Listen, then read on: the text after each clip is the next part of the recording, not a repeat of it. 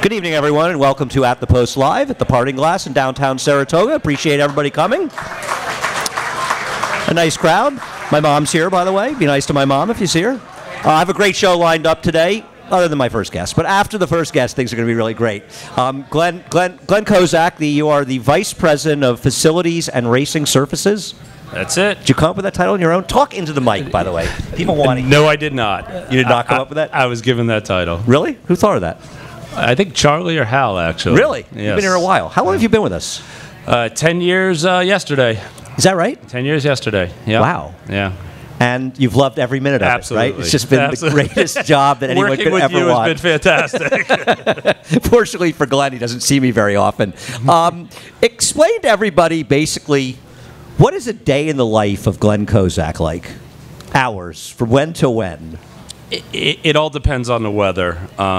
Everything with what we do on the track is dictated by the weather. So, like 20 minutes ago, we're out prepping the track for tomorrow morning. So the guys are grading the track, they're rolling the track, getting it ready for the rain that we're getting tonight into tomorrow morning.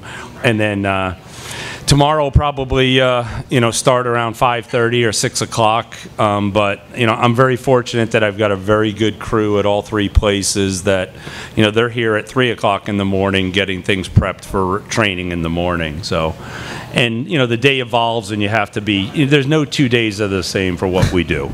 You've got 5 surfaces here: the turf and the dirt at the Oklahoma, and the 3 on the track. Belmont training track is open. Are there any other surfaces at Belmont open for training? Just the pony track. But while we're up here now, we're doing all the maintenance on the 2 turf courses. We're also doing the maintenance on the main track at Belmont. At Belmont, we just completed the install of the new turf course at Aqueduct for the inner. So there's a ton of stuff going on, and we're getting prepped for that course opening up in September when we get back as well. So there's never a downtime. Right. So I mean, we have 3.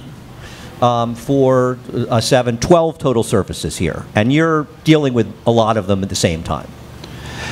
Absolutely, and the difficult thing up here at Saratoga is just even though we do have the turf course to train on, is you've got the best horses, the best jockeys, the best trainers up here, and everybody wants to use those turf courses, including the Oklahoma turf course. Fortunately, like I said, we've got a great crew, and bringing some of the guys that work with me at other locations, I know that they're doing the job that needs to be done there. But again, they're out tamping divots on Oklahoma when I left at 7 o'clock. And the turf courses here have taken a lot of rain, and we've already run a lot of courses. They're getting a beating out there, and it's early. It is, and that's one of the things that managing the wear on the course and what we're doing. I'm sure you guys noticed we moved the one rail. We're planning on moving the other rail tonight. It was painted yesterday, so we can move it today after racing. And then, we had 3 inches of rain in less than a week, and to run the amount of races that we've put on these courses, it's a substantial amount of wear. And you move the rails out, obviously, so the horses run in different parts of the track, so they don't chew up the same part at the same time. There he is. In case you didn't know, Dale Romans is here. He won a race last week. He's feeling very good about himself. It was a big race, to be fair. I don't know where we were before Dale interrupted. We're talking about the rain and situations. With the dirt courses, last year, the courses were very slow to begin with, and there was some, criticisms, right, word, stuff. This year, the surfaces seems to be much, much more back to normal, or what we consider normal. And again, I think part of that is the new surface that was installed and the harrowing that goes into it and some of the maintenance that goes into it. The materials are mixed now. They've settled. The other thing that helped was no horse show up here. So we were able to get on the track earlier, get the harrows through it, open it up another week earlier, and treat it like a true race course leading up to the races, and I think it certainly paid off. So we're going to start work. Well, we've already started work, but serious work on a new addition to the building at Saratoga, where the At the Rail is, and that's going to start right after the meet's over. As soon as we're done, we're finishing up permitting right now, and there'll be a 52,000 square foot facility where the At the Rail tent is, 3 levels, luxury suites. It's going to be beautiful. If you've got an extra 20,000, I think you guys would be in for a box. Just let me know if you do. How involved in that process will you be? Again, I'll rely on my facilities manager up here to. We'll give you his home address if you guys want it and later. his phone number as well. So. Peter Goulet. But no, Peter will be he'll be the key point person up here. And again, it's all you're only as good as the people working with you. And I've got a very, very good staff. And Peter worked with me in Maryland for 5 years, and he's been up here with me for 8. So. He knows when I need to get involved and knows when it's something that that I need to know what's going on. The difficult thing is having that building done for next year. I mean, it's a Can we do time. that? Can we really build that in a year? We've got really 10 months, really. Local contractor from Saratoga up here, MLB Construction, and they're giving us a deadline that they'll meet, and we'll see in next July when we're back. How many trips do you think you'll have to make up here to make sure it's going okay? Too many. Looking forward to those trips in January. Not at all. That's going to be really great. Now, also we worked the stretch, the new top of the stretch. Now, Peter obviously oversees that, but were you very involved in that as well? It's a group effort. We've got with marketing and the different executives that were involved in that and bringing.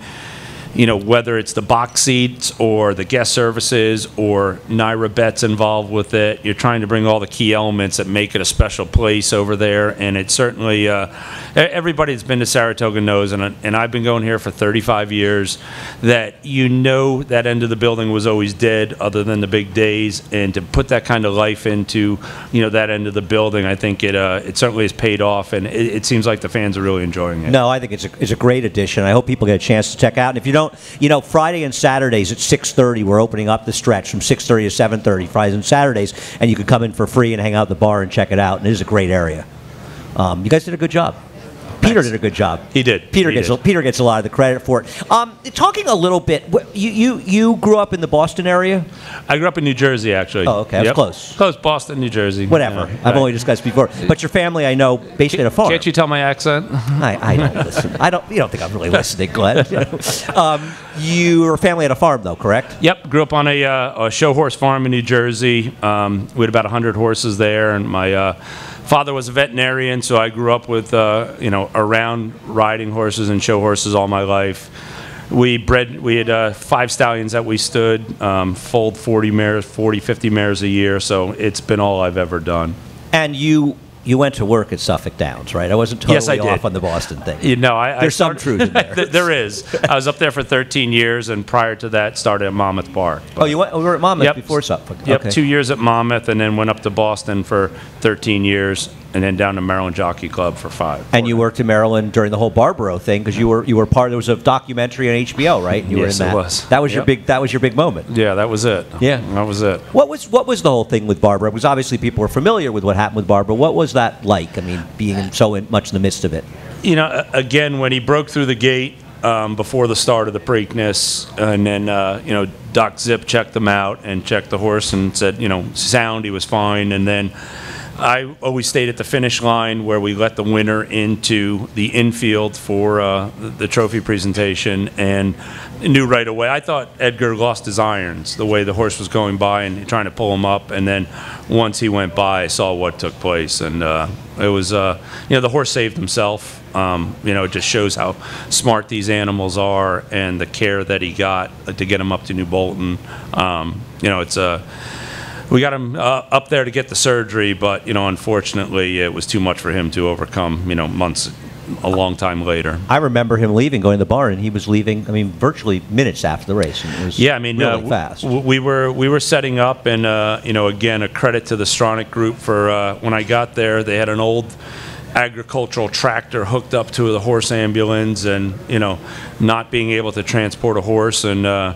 We got the right equipment and we were able to get him up to New Bolton. And I'll never forget it, driving up 95 and having helicopters following you on the way up there while you're unloading the horse. You've got cameras down on you trying to get him into a stall up there.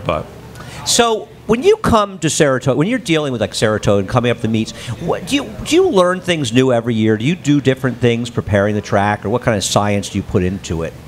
And I wouldn't say that we try and keep the tracks as consistent as possible, so that way when they go from track to track, and I think what you're seeing now with the main track at Saratoga is very, very similar to the main track at Belmont, where it is a summer track. We don't have to worry about maintaining it through the wintertime and worrying about ice and snow and salt and everything to it.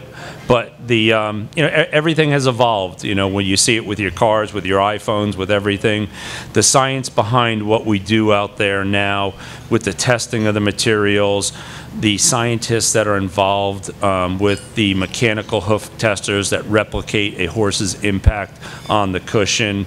We do daily moisture tests on the track that we catalog.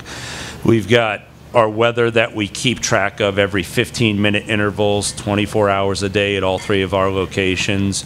The turf course, we've got sensors in our turf courses to check how fast the moisture is wicking through the profile. We do our salt tests at Aqueduct and Belmont in the wintertime. But I think the big thing is using the testing laboratories.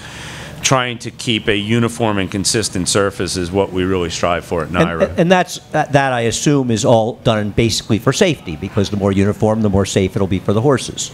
We're one component of it, and again, the team and the crew and NYRA with being able to update their equipment and do the testing and upgrade the surfaces and the safety rails and the portable rails that we use. I mean, I've been fortunate to have those capital funds available to try and make things better here. Than I know it's a heck of a lot different place than when we started 10 years ago. Yeah. What's your next big project up here? You must have something that you'd like to do. I know you. You must. I can't say until I get board approval, but we'd like to do something on the old side of the racetrack, let's say. Okay, well, we hope that happens. Glen Kozak, Glen, we can't thank you enough for coming here, and I hope people appreciate what Glen does for us at NYRA. I'm not saying it because he's sitting here and working with him. He is the glue that holds our business together. There is no more indispensable person in the entire industry than Glen Kozak. We couldn't operate without Glen, so thanks for taking a few minutes for us. I don't know about that, but thank you. It's true. Thank you. Glen Kozak.